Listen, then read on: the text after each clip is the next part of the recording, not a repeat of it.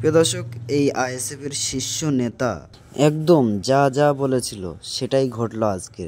ঠিক কি বলেছিলেন শোনাবো আপনাদের, তার আগে কিছু কথা শুনে নিন। ক্যানিং পূর্বের বিধায়ক শওকত মোল্লা তিনি আজ ব্যাংশাল কোর্টে হাজির না দেওয়ায় কোর্ট এই সিদ্ধান্ত নিয়েছে যে সামনে 5ই মার্চ শওকত মোল্লা কোর্টে যদি হাজির দেয় তাকে জেলবন্দি করা হবে, জেলে নিয়ে যাওয়া হবে।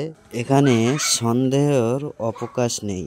একদম 5ই মার্চ যদি কোর্টে হাজির না দেয়, পুরো সরাসরি তাকে জেলবন্দি করা হবে, এমনটা কোর্ট জানালেন। এই যে আইএসএফ এর শীর্ষ নেতা যা ভবিষ্যৎবাণী করেছিল বাবু ঘটে গেল। দেখুন কি ভবিষ্যৎবাণী করেছিলেন, শোনাবো আপনাকে, শুনুন। বাবুকে যেতে বলবেন।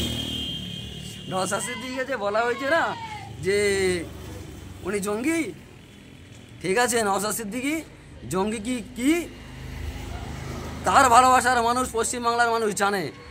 তাকে বলবেন সে যেন না পালিয়ে যায়, 28 তারিখে যেন কোর্টটায় যায়, ব্যানসাল কোর্টে যেন হাজির থাকে। কোনো আইন দ্বারা, কোনো আইনের ফাঁক দ্বারা, কোনো আইনের আইনজীবী দ্বারা সে যেন ওই জায়গায় পৌঁছাবে না, এরকম যেন আওয়াজ না শুনতে পায় বাংলার মানুষ।